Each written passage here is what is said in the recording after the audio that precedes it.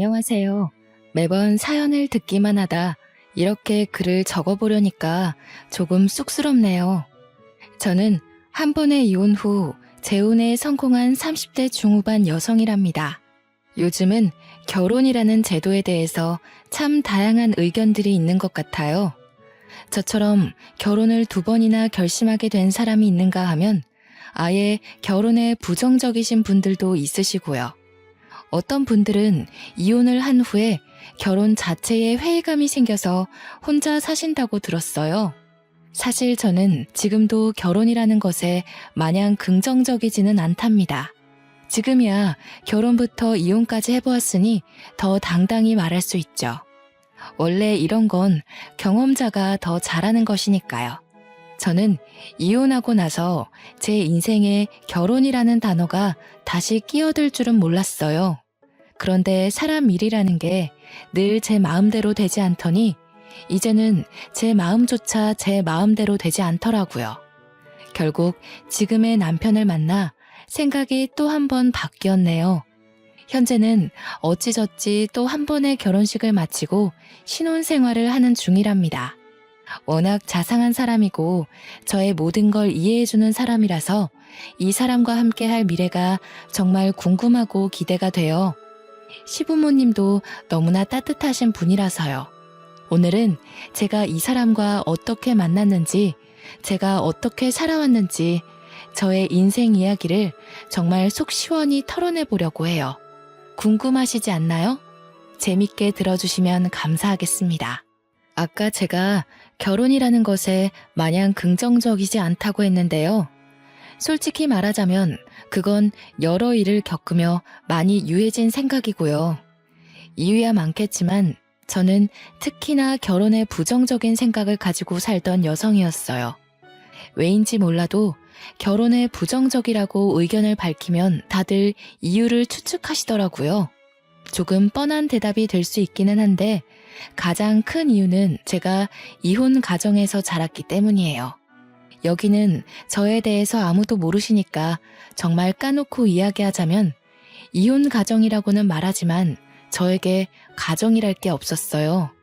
이게 무슨 말이냐 하면 이혼하시기 전부터도 부모님은 저에게 별다른 관심이 없었다고 봐야겠네요. 학교에서 나눠주는 가정통신문도 제가 직접 서명하고는 했으니 어느 정도였는지 대충 눈치채시겠죠. 그러니 부모님이 이혼하시고 나서는 얼마나 더 심했겠나요. 서로의 안중에 저의 존재는 없었고 자연스레 저는 혼자 자랐다는 말이에요. 동물에 비유하자면 저는 유기동물이었던 거죠. 부모님의 이혼 얘기가 처음 나왔을 때는 제가 중학교 2학년이었을 때인데요. 그 어린 나이에 얼마나 놀랐으면 아직도 기억이 생생하게 나네요. 평소라면 바쁘다고 코빼기도 보이지 않던 부모님이 웬일로 집에 있었어요. 제가 학교를 마치고 집에 오자 심하게 싸우고 있더군요. 이럴 거면 이혼해. 처음부터 당신과 결혼을 하는 게 아니었어. 이럴 거면 앞으로도 이런 식으로 굴 거면 그냥 깔끔하게 이혼하자고. 그래, 당신 말 한번 잘했다. 아주 말 잘했어. 당신이 이혼하자고 하면 내가 무서워할 것 같아? 나야 좋아. 좋다고. 어디 한번 갈 때까지 가봐. 바닥에는 유리잔을 던져서 깨트렸는지 유리 조각들이 부서져 있더라고요. 저는 제 방에 들어가 손으로 귀를 막으며 웅크린 자세로 한참을 그러고 있었습니다. 친구들을 보면 불평불만으로 툴툴대더라도 사이는 좋던데 왜 우리 가족은 이리 무관심하고 만날 때마다 싸우는 걸까?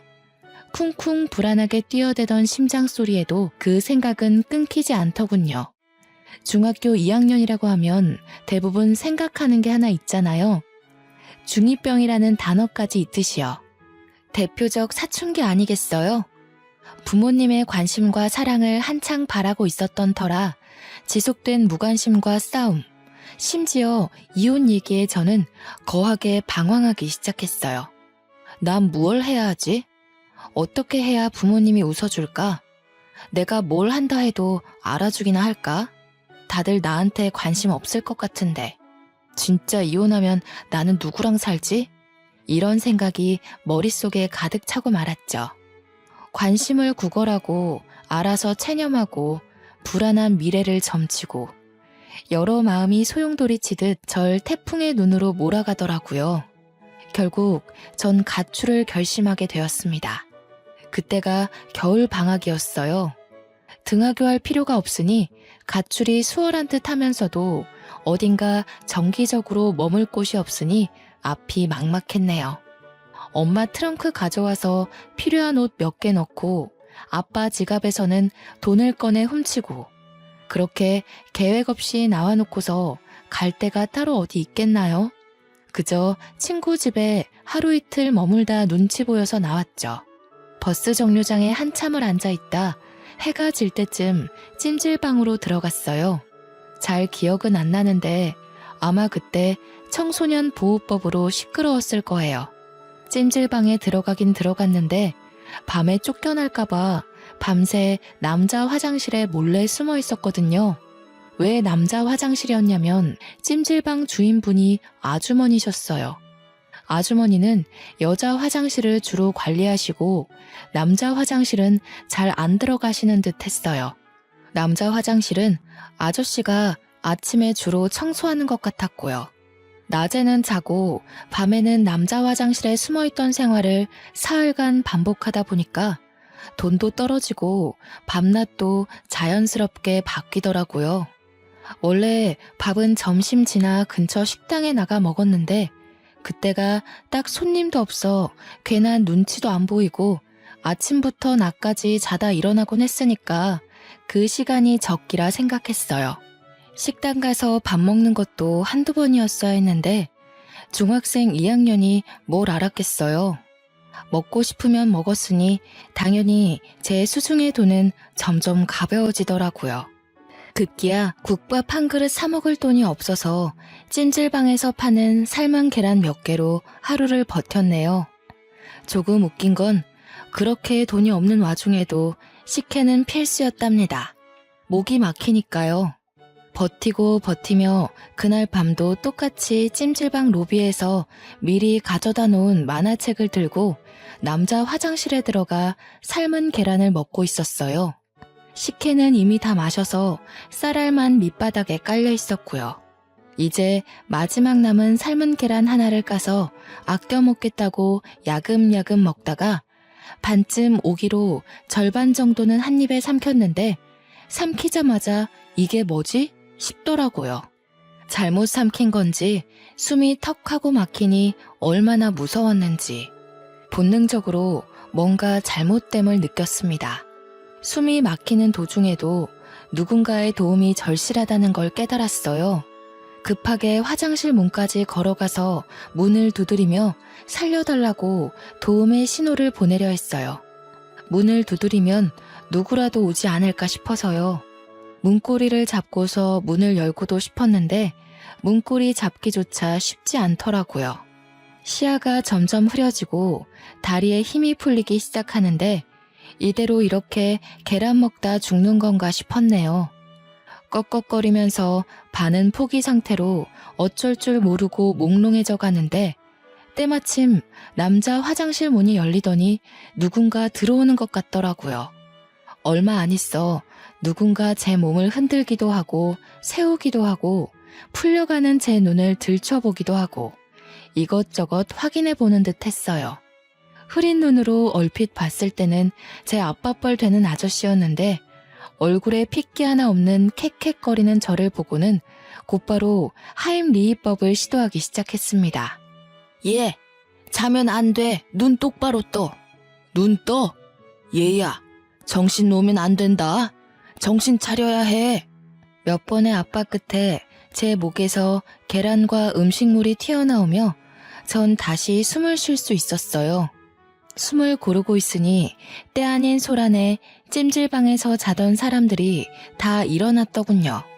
다들 무슨 일이냐며 웅성웅성 모여드니 찜질방 아저씨가 수습하시더라고요. 아이고 죄송합니다.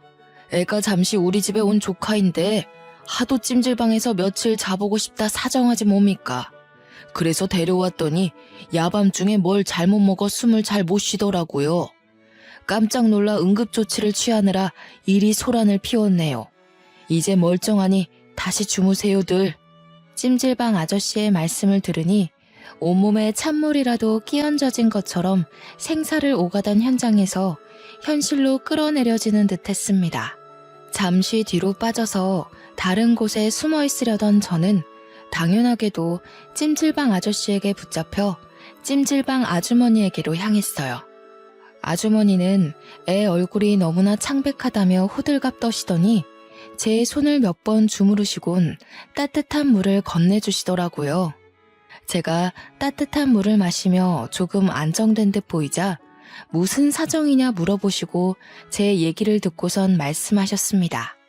사실은 학생이 여기서 머무는 거 다 알고 있었어. 갈 데도 없어 보이고 너무 어려 보여서 내쫓으면 상황이 더 안 좋아질까봐 묵과하고 있었는데 이제는 손님들까지 다 알아버려서 어쩔 수가 없네. 일단 오늘은 너무 늦었으니까 편하게 자고 내일 아침에 집으로 돌아가. 어린 여자애 혼자 있기엔 너무 위험해. 그간은 내가 지켜봐서 별일 없었다지만 오늘 일도 그렇고 여기 있어봤자 좋을 거 하나 없어. 딱 너만한 아들이 있어서 딸 같아서 그래. 나쁘게 듣지 말라며 부모에게도 못 받아본 걱정을 하시더라고요. 아주머니가 만들어주신 죽과 아저씨가 갖다준 식혜를 든든히 먹었어요.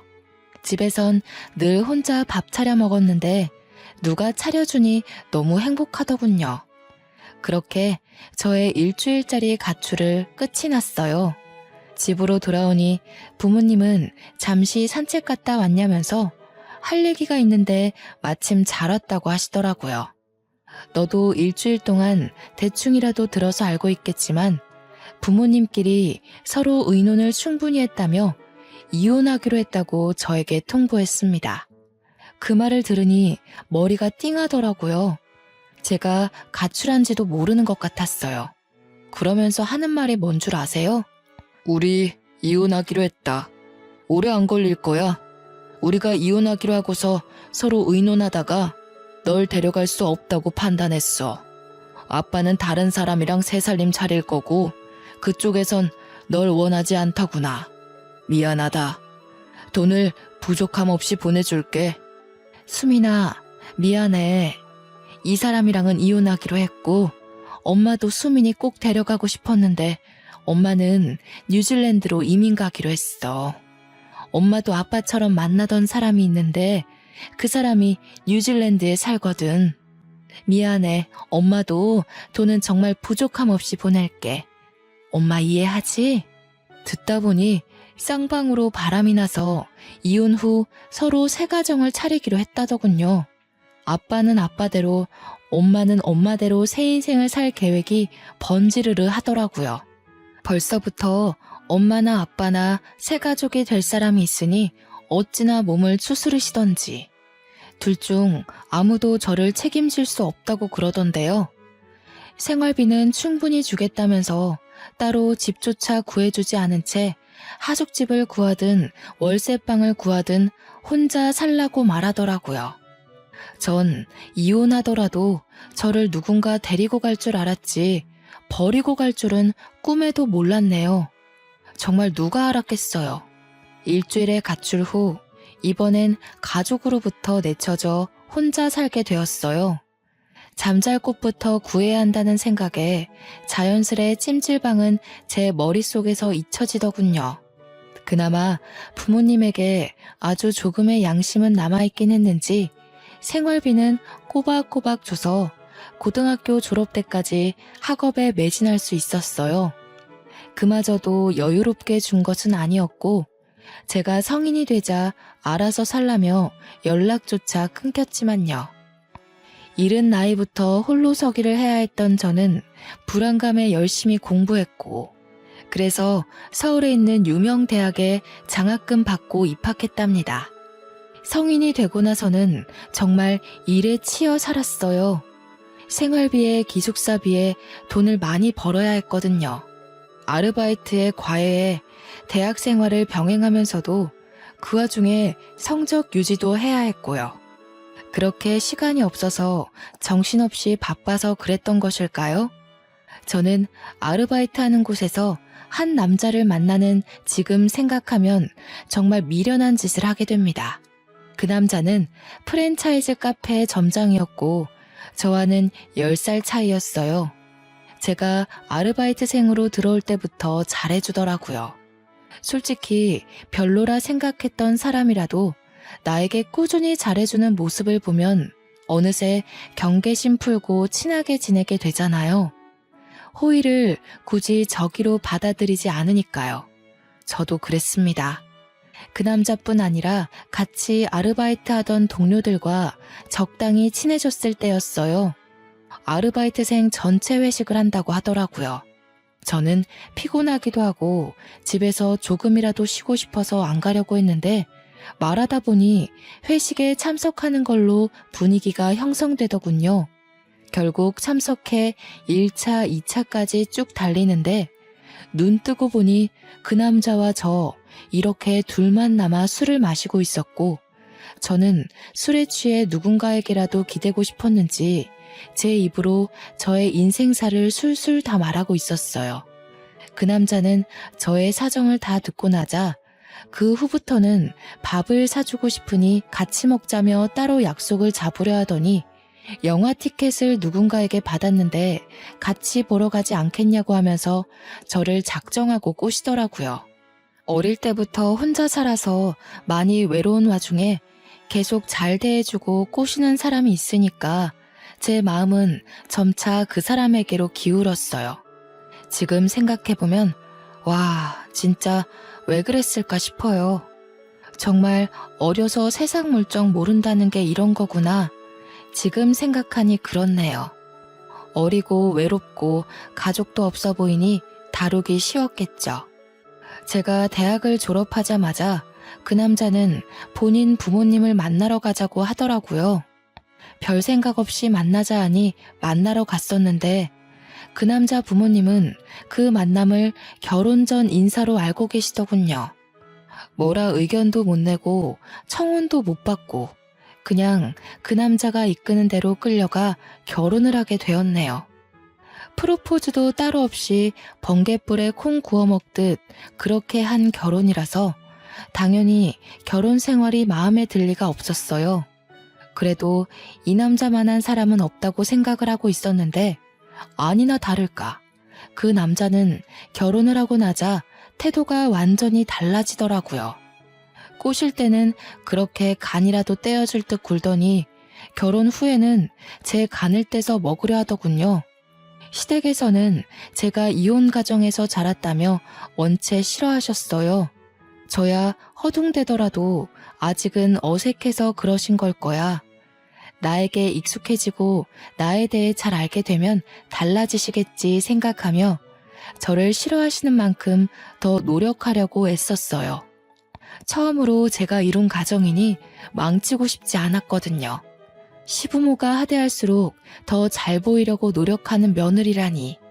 시댁 입장에서는 어찌나 우습고 만만해 보였겠어요.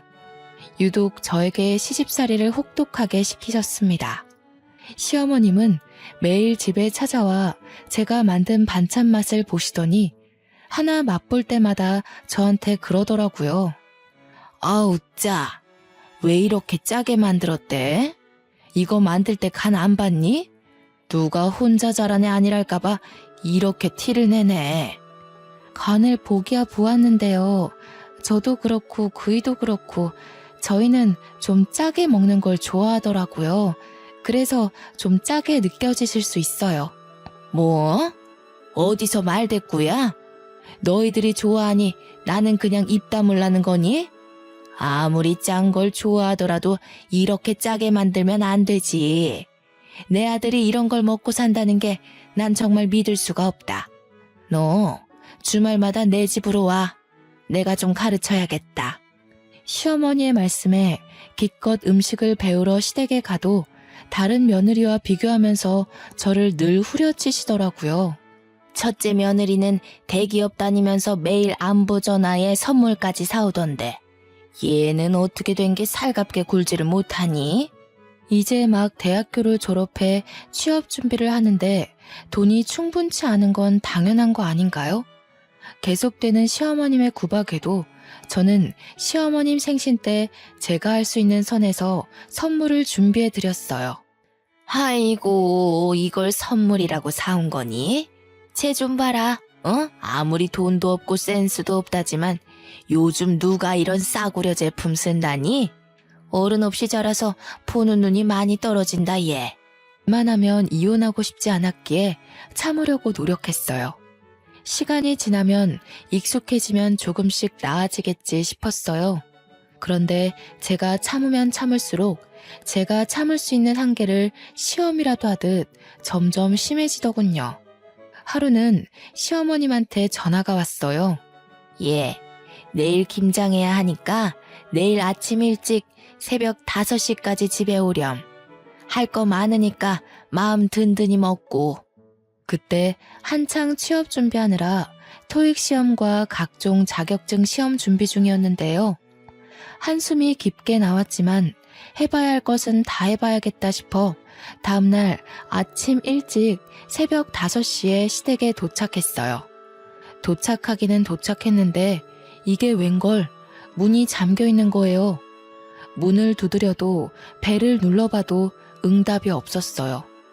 계속 문을 두드리면 새벽이라 누군가 무어라 할 것 같았기에 서성거리며 고민하다 일단 비밀번호를 입력해 시댁에 들어갔어요. 들어가니 배추가 얼마나 많은지 아주 그냥 널려 있더라고요. 시어머님은 여전히 전화를 안 받으시고요. 시어머님은 잠시 나간 거라 치더라도 이렇게 배추가 많은데 다른 사람 아무도 없이 저 혼자 있는 게 너무 이상하다 싶었어요. 그래서 그냥 소파에 앉아 1시간을 꼬박 기다렸습니다. 기다리면서도 이게 뭔가 싶고 안 좋은 생각이 머릿속을 스쳐 지나갔어요.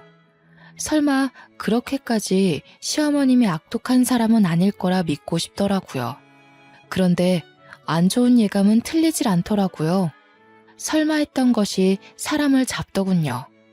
시어머니께 전화가 와서 왜 전화했냐고 하시길래 오늘 김장하는 거 아니었냐고 오라해서 왔는데 왜 집에 안 계시냐고 여쭈었죠. 예의 없이 새벽부터 전화하더니 시부모 여행 간 것도 모르니? 가족여행 와서 집에 없지 뭐. 나 집에 갈 때까지 네가 김장 좀 해놓으렴. 네? 어머님, 그게 무슨 말씀이세요? 저 자격증 공부하다가 시간 내서 온 건데 이러시면 어떡해요. 여행이라뇨. 그럼 저를 왜 부르셨어요? 처음부터 저 혼자 김장 다 하라고 부르신 거였어요? 어린 것이 보는 눈만 없는 줄 알았는데 눈치도 없네. 왜 불렀겠니? 늙어서 온몸이 쑤시는데 내가 다 하련? 며느리인 네가 할 수도 있는 거지. 난 여행 갔다 올 테니 김장 다 해놓아라. 갔다 와서 간 볼 거니까 대충 하기만 해봐. 정말 말도 안 되잖아요. 혼자 김장을 하라니 이런 시집살이는 듣도 보도 못했어요. 저 혼자 먹을 김치도 아니고 이 많은 걸 혼자 도대체 어떻게 해요. 그것도 직접 전화까지 해가며 불러드리더니 저런 태도라뇨. 전화를 끊고 허탈하게 앉아 밖을 바라보는데 내가 지금 여기서 뭐 하는 건가 싶었어요. 거실 창 너머로 동트며 노랗고 빨간 햇빛이 쫙 깔리는데 분하기도 하고 슬프기도 하고 눈물이 나더라고요. 한참을 밖만 바라보며 울다가 결국 이혼을 결심했습니다. 시댁에 남아 김장을 하는 대신 남편에게 전화를 걸어 이혼하자고 말했네요. 이혼하고 무슨 생각이 들었냐 하면요. 그간 살아온 제 인생에 의문을 품게 되더니 별별 생각 다 들더라고요. 이혼 별거 아니네. 부모님도 이혼하더니 나도 이혼을 했구나. 결혼은 내 인생에 없나 보다. 내 인생은 왜 이리도 외롭고 힘들지? 그렇게 혼자 감정에 매몰될 뻔했지만 구사일생이라고 할까요? 면접을 봤었던 한 회사에 합격해 입사하게 되었어요. 자격증 취득 전에 넣었고 꽤 규모가 큰 중견 기업이라 큰 기대를 하지는 않았는데요. 예상치 못한 합격이라 그런지 마음이 술렁거리는 상황에도 기쁘긴 하더라고요. 그 이후부터는 온 신경을 쏟아붓고 매달릴 곳이 회사 하나뿐이라 정말 처절하게 매달렸던 기억뿐이네요. 일이 없으면 더 달라고 더 배우겠다고 신입 때부터 그러고 다녔어요. 그러다 보니 어느 순간 야망이 가득한 신입이라는 별명도 생기더라고요. 워낙 열정적으로 배우며 회사의 모든 시간을 바쳐서 그런지 회사 사람들과의 관계도 무난했네요. 입사하면서부터 시간이 참 정신없이 지나갔는데 그렇게 바쁜 게 오히려 저에게 필요했어요. 실제로 도움이 되더군요. 집에만 오면 바로 골아떨어져 따로 생각할 시간이 없었으니까요. 그런데요, 잊어버리는 게, 피해버리는 게 모든 걸 해소하는 건 아니잖아요. 너무 감정을 억누르며 일만 하고 살아왔던 탓일까요? 적어도 일은 내가 하는 만큼 돌아온다고 생각했는데 저의 개인 시간마저 빼가며 열심히 일했던 것이 3번의 승진 누락으로 돌아오더군요. 처음 한두 번 정도야 당황스러웠지만 그럴 수 있지 하고 넘어갈 수 있었어요. 3번을 승진해서 누락시키니까 제가 일을 못하는 편도 아니고 너무 황당하더라고요. 승진 누락 결과를 출장지인 제주도에서 확인했었는데 마냥 기다리다가 회사로 돌아가서 물어보기엔 열불이 나더군요. 마침 같이 출장 왔던 부장님이 옆에 계셔서 바로 여쭤보니 하시는 말이 나야 뭐 수미 씨가 워낙 일을 잘하니 승진 때마다 수미 씨를 밀어줬지. 근데 임원들 생각은 그게 아닌가 보더라고. 너무 예민하게 받아들이지 말고 수미 씨가 아무래도 이혼도 했었고 딱히 책임질 가족이 있는 게 아니잖아. 임원진들은 워낙에 또 보수적이니까 가정이 있는 남자를 밀어주려 하더라. 부장님 말씀을 듣는데 한마디 한마디가 속이 쓰리더라고요. 부장님은 본인이 힘이 없어 미안하다며 위로를 해주시려 했는데 딱히 위로가 되지는 않았어요.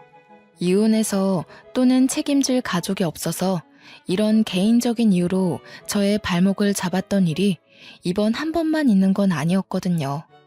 학창 시절에는 부모님의 이혼이 저에게 큰 걸림돌로 작용했어요. 지금이야 이혼이 흔해졌다지만 제가 학교에 다닐 때까지만 해도 아니었던 터라 부모님이 이혼했다 하면 선생님들부터가 편견에 가득한 시선으로 저를 바라보곤 했어요. 시험에서 성적이 조금이라도 안 좋게 나오면 쟤도 그렇게 노력하더니 이혼 가정이네는 어쩔 수 없네 라는 식으로요. 시간이 지나 극복했다고 생각했는데 직장 생활에서조차 되풀이 되다니. 심지어 학창 시절 땐 시선뿐이었지 이건 뭐 여자라서 책임질 가족이 없어서 이혼해서라니. 저는 저를 책임지고 있는데요. 정말 무슨 상관이죠? 도대체 언제가 되어야 이런 차별적인 것에서 벗어날 수 있을까 싶었네요. 일하던 중이라 제대로 감정을 풀지도 못한 채 출장을 끝내고 제주도에서 집으로 돌아오는 날이었어요. 김포공항에서부터 운전을 하며 집으로 가는데 찜질방 간판이 보이더라고요. 내일 주말이겠다. 저기서 몸을 좀 녹일까 하다가 찜질방이라고 하니 문득 옛 생각이 나더군요. 충동적으로 차를 돌려 오랜만에 고향을 한 바퀴 둘러보기로 했어요. 늦은 밤 김포공항에서 출발해 고향에 도착하고 보니 새벽이더라고요. 배는 고프고 잠은 오고 일단 뭐라도 좀 먹고 싶어서 문연 음식점을 찾아보는데 근처에 햄버거 집이 하나 있더군요. 일단 배가 너무 고프니 햄버거를 포장해 간단하게 먹고서는 보이는 아무 데라도 들어가 잠이나 자야겠다 생각하고 갓길에 차를 잠시 세워두고 갔다 왔죠. 봉투를 달랑이며 차를 향해 걷는데 처음엔 꿈꾸는 줄 알았어요. 분명 제가 햄버거를 사러 갈 때까지만 해도 차 하나 없는 텅텅 빈 도로에 사람 한 명 없었거든요. 근데 제가 햄버거를 포장하고 나오자 저 멀리 횡단보도에 뭔가 보이는 거예요. 원래 있었나? 내가 못 본 건가? 아니면 내가 귀신에 홀렸나? 하고 일단 차에다 햄버거를 놓고선 천천히 다가가는데 가까이 다가가면 다가갈수록 사람의 형상인 게 느껴졌어요. 아저씨에서 할아버지, 그 애매한 나이대의 아저씨였는데 깜깜한 새벽에 모르는 사람이 제 앞에서 피를 흘리며 쓰러져 있는 걸 보니까 잠도 확 깨고 정신이 아찔하더군요. 직감적으로 이건 뺑소니다 싶어 덜덜 떨리는 손으로 112에 신고했습니다. 얼마 안 있어 구급차와 경찰차가 오더라고요. 제가 살아온 인생을 되돌아보며 우울한 감정에 빠져 있으려고 했는데 이 새벽에 도대체 이게 무슨 일인지 세상은 저에게 우울해할 시간을 주지 않으려고 했나 봅니다. 저는 신고자로서 최대한 협조하기 위해 같이 병원에 갔습니다. 응급실에 도착하니 상황은 긴박하게 흘러가더라고요. 아저씨는 바로 수술이 필요한 상황인 듯 주변이 분주했고 아저씨의 소지품을 통해 신분을 조회하고 가족에게 연락하느라 바쁜 듯 보였어요. 머뭇대며 근처를 맴도니 저보다 어려 보이는 경찰관이 말을 걸어주더라고요. 신고자분 맞으시죠? 사건 조사에 협조 부탁드립니다. 뺑소니 사건으로 신고하셨는데 직접 목격한 것인지요? 아니요. 제가 햄버거를 사러 잠시 갓길에 차를 세웠는데요. 포장하고 오니 저 멀리 횡단보도에 사람이 쓰러져 있더라고요. 가까이 다가가니 뭔가 뺑소니 사고 같길래 바로 신고했어요. 네, 알겠습니다. 혹시 자차에 블랙박스가 설치되어 있으신가요? 블랙박스 영상 확인 한번 해보아도 되겠습니까? 경찰관에게 괜찮다, 최대한 협조하겠다 말하려던 순간 아저씨의 가족으로 추정되는 아주머니와 한 남자가 응급실로 급하게 뛰어들어오더군요. 어찌나 급하게 오던지 응급실 안 모든 사람의 시선이 그쪽으로 몰릴 정도였어요.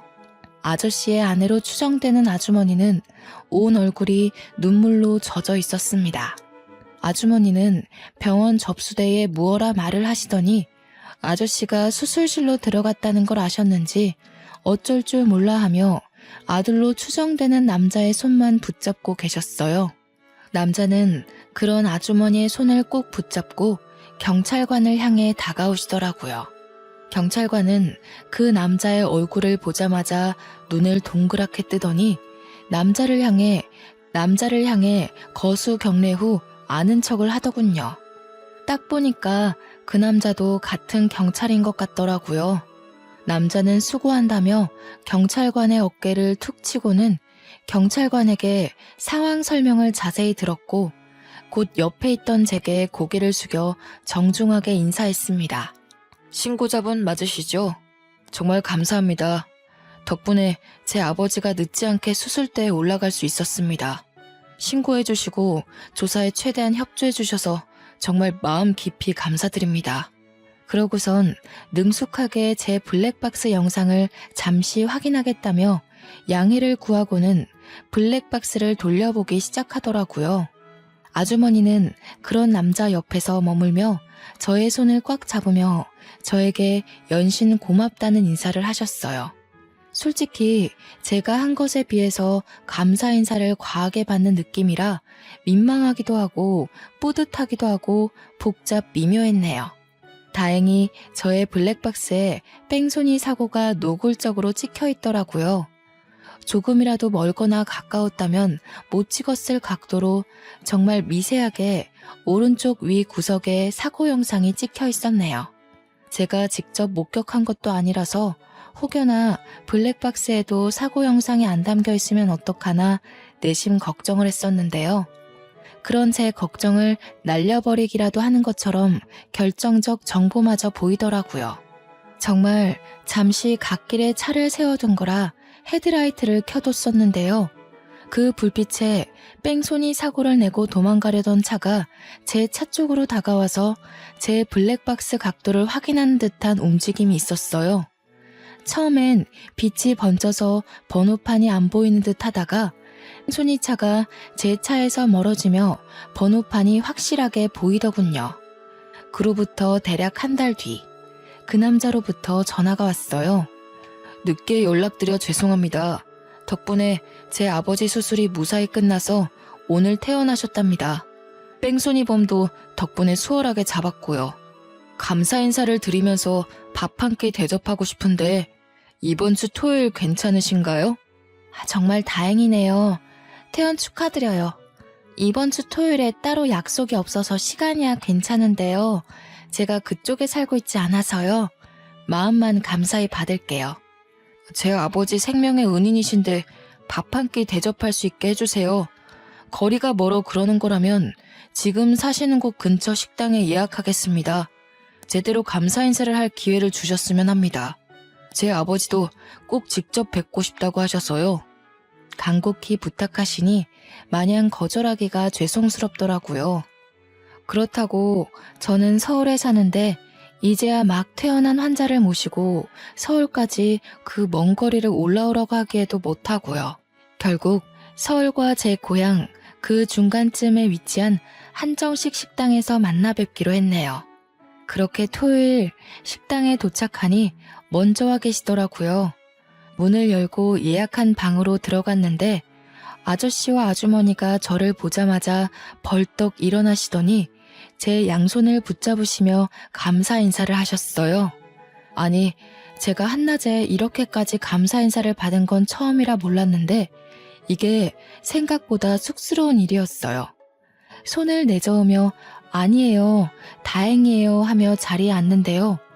그때 그 응급실에서는 이런 생각할 여유가 없어 몰랐는데 왜인지 모르게 아저씨와 아주머니가 어디선가 뵌 것 같은 낯선 기분이 들더라고요. 내 착각인가 싶어 일단 밥을 먹으며 대화를 이어갔어요. 맛있더라고요. 여러 얘기를 하던 중 아저씨와 아주머니가 찜질방을 운영하셨다는 말에 순간 하고 예전 가출했었을 때의 기억이 머릿속을 스쳐 지나가더군요. 정말 혹시나 하고서 여쭤보았어요. 예전에 찜질방을 운영하셨다고 하셨잖아요. 그거 그 동네에서 하셨던 건가요? 저 정말 혹시나 싶어 여쭈는 건데 혹시 예전에 한 학생을 구하신 적 있지 않나요?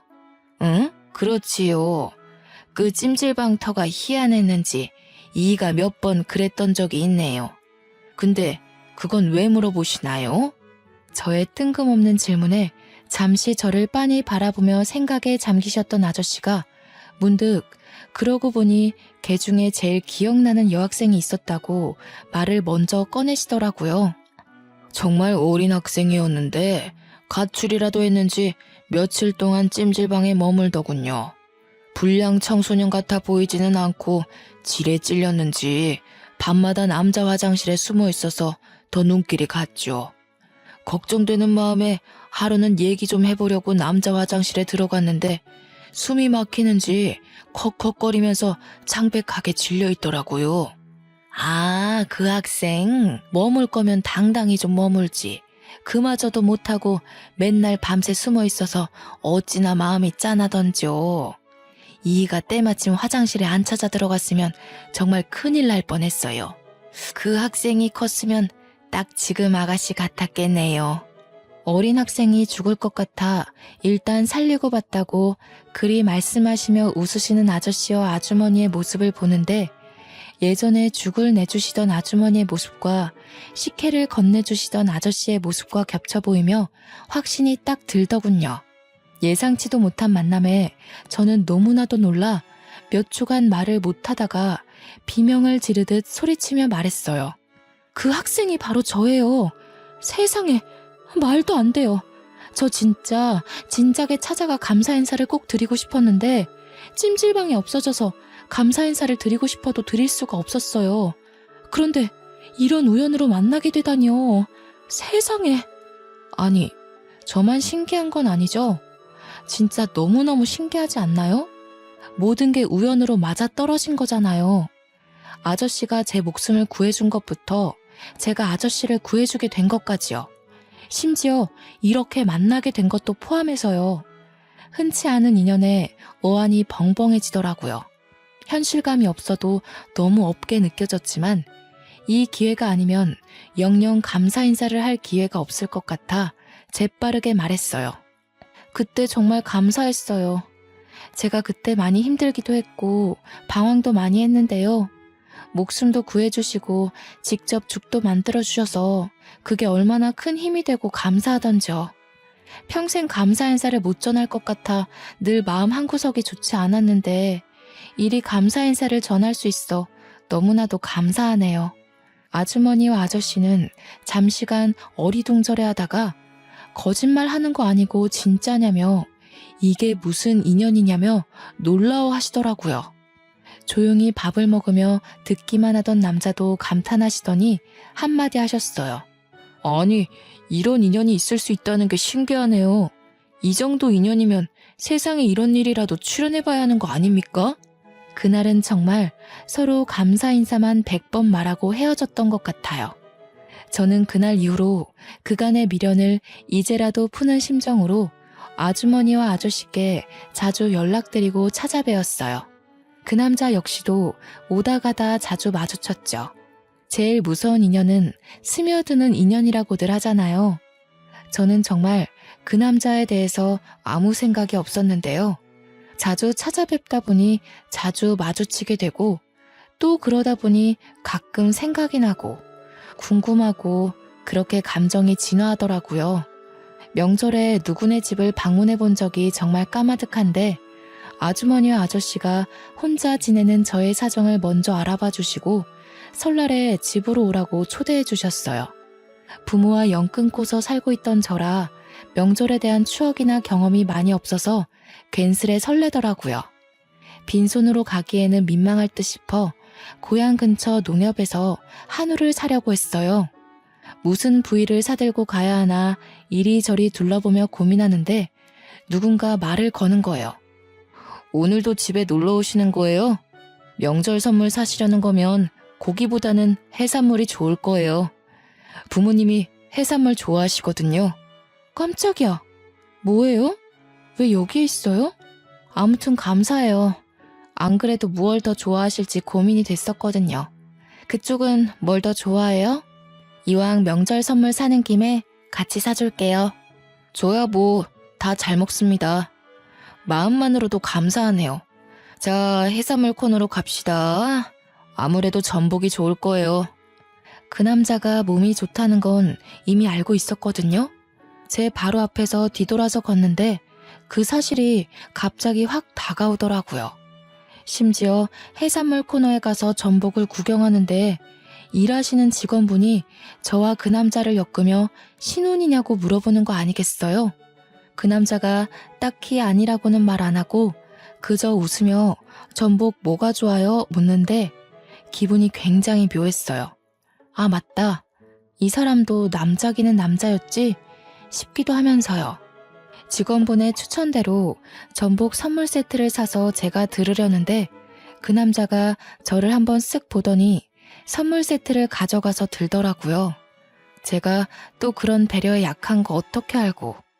그때 그 남자의 행동 하나하나에 반응하는 저를 보자니 제대로 감겼구나 싶더라고요. 그렇게 마음을 깨달았어요. 설날 잘 보내고 서울 올라가면서 그 남자에게 연락하기 시작했죠. 그 남자도 알게 모르게 저한테 마음이 있었는지 연락이 끊기지 않게 이어가더군요. 제가 경찰 제복 입은 모습 한번 보고 싶다니까 그날 퇴근길에는 제복 입은 상태로 오기도 하고요.